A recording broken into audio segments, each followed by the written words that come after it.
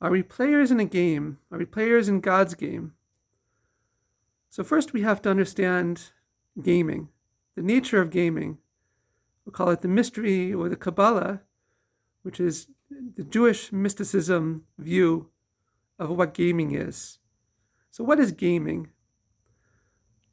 Gaming is an escape from reality, right? That's typically how you view it. But in recent years, actually, it's turned around. And people say you have to gamify reality. So that's no longer an escape from reality if you're gamifying reality. So first, let's see what it means.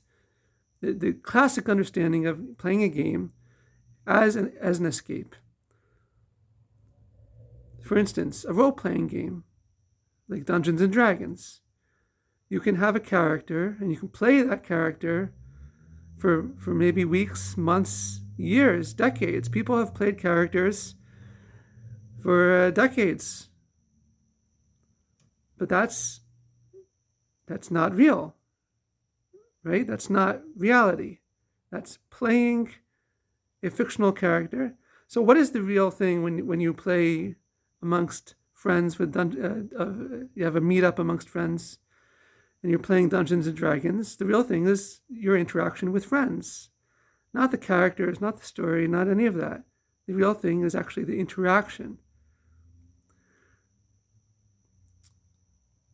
So it's an interesting thing, actually, in Magic the Gathering, this idea of being able to target the player. How can you target me? I'm a real person. I'm not a work of fiction, right? I'm alive. How can I be targeted? And not only that, you say that the player is called a planeswalker, which we'll explain later what a planeswalker is. But you have cards that are also planeswalkers. So what differentiates me, the player, like a real person,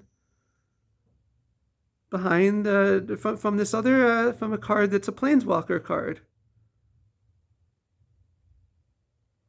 And to add even another question, is that the favorite card from the creator of Magic the Gathering, his favorite card in terms of game design, is a card where you could play theoretically an infinite number of sub-games. If you had a deck that was enough cards, you play sub-game after sub-game after sub-game, endlessly, theoretically.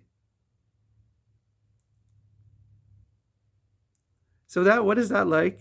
That's like when you have a dream and you think you woke up from the dream and you're still in a dream, and then you wake up from the dream and then you're still in a dream, and then you wake. Like, how many times do I need to wake up before I actually wake up?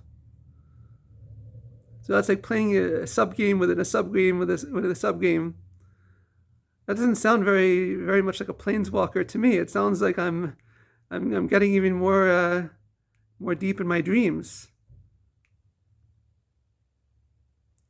So the first thing to realize is that if we want to be a main character, we have to wake up. We have to be conscious. We have a story. We have a story arc. We're developing. And to develop means that we're actually growing, and we're actually awake and alive and conscious.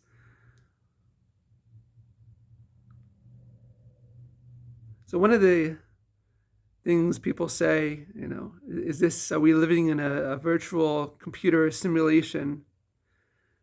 Is that how is it that all of a sudden you have people from opposite sides of the world have similar ideas, similar thoughts at the same time? It must be that these are NPCs and they're programmed, and this is just a shortcut of the programming, that you have certain routines and certain protocols and certain things to save on memory. So you have let's say, today 1,000 people are going to think in this way, and then tomorrow you're going to have people think in a different way. But they said, well, let's imagine that there's a programmer behind the computer simulation, right? Our reality. Imagine there's a programmer and he's feeding information to us. And it starts off with one person, like one person gets an idea, and then from that one person, everyone gets this idea. So tell me, how is this? It's phrased in a really strange way, in a really interesting way, in terms of like maybe there's a programmer behind all of this computer simulated reality. But what's the difference between that and saying that God has appointed leaders to teach us? And from those leaders, then we get insights into the nature of reality. And from those insights, then it spreads out throughout all of reality. Like a teacher like Moses, who brought the Torah down, brought the Bible down from Mount Sinai. So when you start listening to these people, it's like, what is the difference actually? So in that sense, to think of that we're all characters in the game of reality could very much be very, very real. Like we're gamifying reality. We are indeed characters in this game, but we're not NPCs, right? We have agency. God gave us a soul and a purpose and a mission, and we are playing characters. We're playing parts. Now, what are our parts? Our part is, well, what mission did our soul come down for? And so in some ways that relates to our name. Our name, our actual name speaks to our essence, speaks to our soul. But also people know us, people identify us by our roles, by the roles that we play. We're a father, we're a husband, whatever jobs we have. So people know us by different roles. So we're always role playing. But the real challenge is to role play a character that is actually in line with our mission and purpose, with our soul's mission and purpose in this world. So I said I was going to talk about planeswalking, what it means to traverse realms of consciousness or reality. So in Kabbalah, the ancient Jewish mystical tradition, it says that this desire psychologically to escape to realms of fiction and fantasy is a defense mechanism, actually. We see a world and no thank you.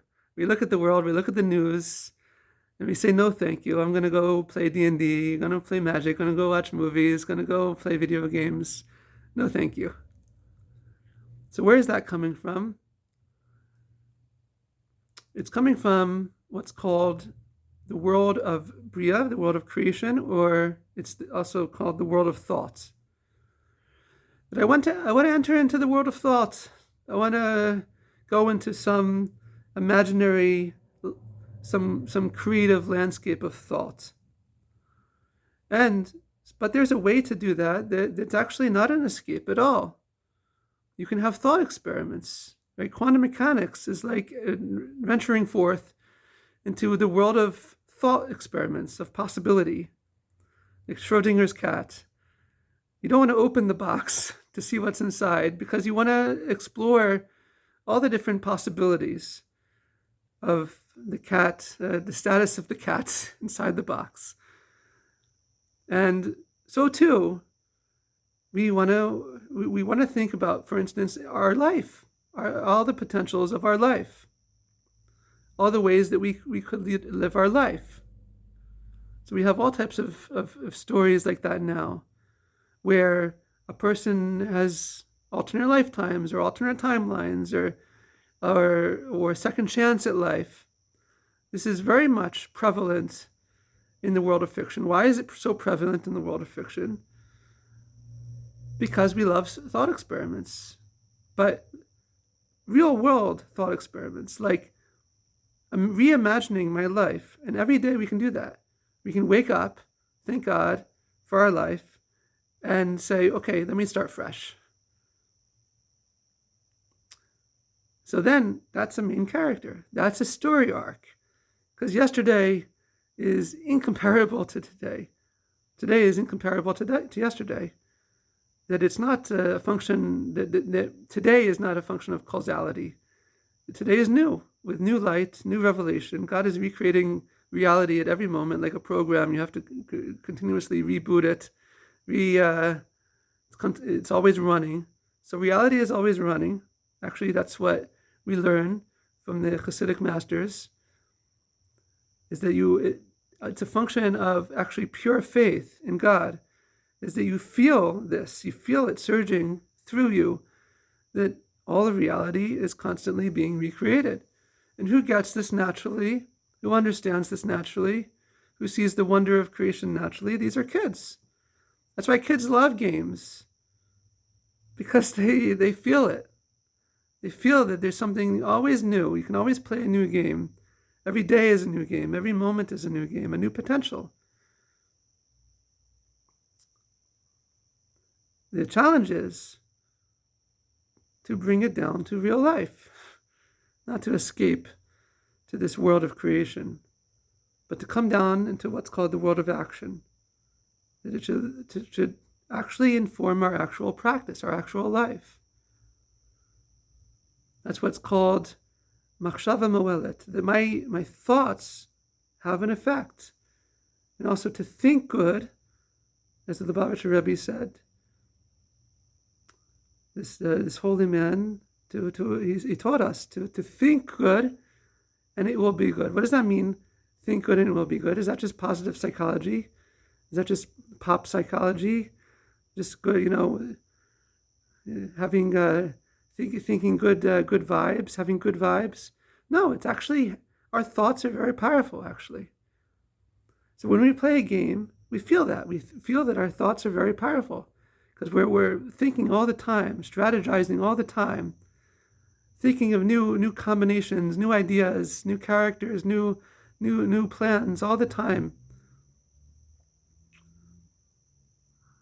But the challenge is actually not to escape, but to see how to play, to gamify reality. So what does it mean to be a planeswalker? It means to be able, for instance, to travel from this world of thoughts to the world of action. To take all these good and positive strategized thoughts and to bring it down into reality, to make these dreams a reality. And what is the greatest dream?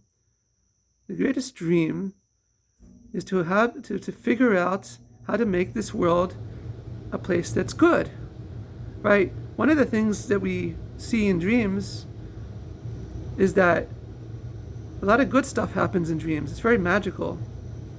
Also in gaming, it's very magical, very exciting. Seems like an enchanted world. The challenge is to show and to strategize how to reveal that this world is good. And so that's what the job of a tzaddik, the job of a righteous person, a righteous soul. That's what he or she feels their responsibility is, to bring this out and to reveal this in the world and to reveal this in others, to reveal the potential of each and every one of us to do good and to reveal good in the world. So when we're playing a game, and let's say someone is distracting us, and initially we may say, I'm trying to concentrate on my game. Really, what should we do? We should say, I'm being woken up, because here I was just playing this game, but really what's the most important thing is this person that's trying to get my attention right now, my friend or my child or my spouse, trying to get my attention. Really, that's the point, is to wake up from escaping into an imaginary world and to see that the real world needs us, that people here need us. And in that merit, we merit to be a true planeswalker, to traverse levels of consciousness, and to traverse, for instance, from the world of thought to this world where it's the main thing is action, to do something.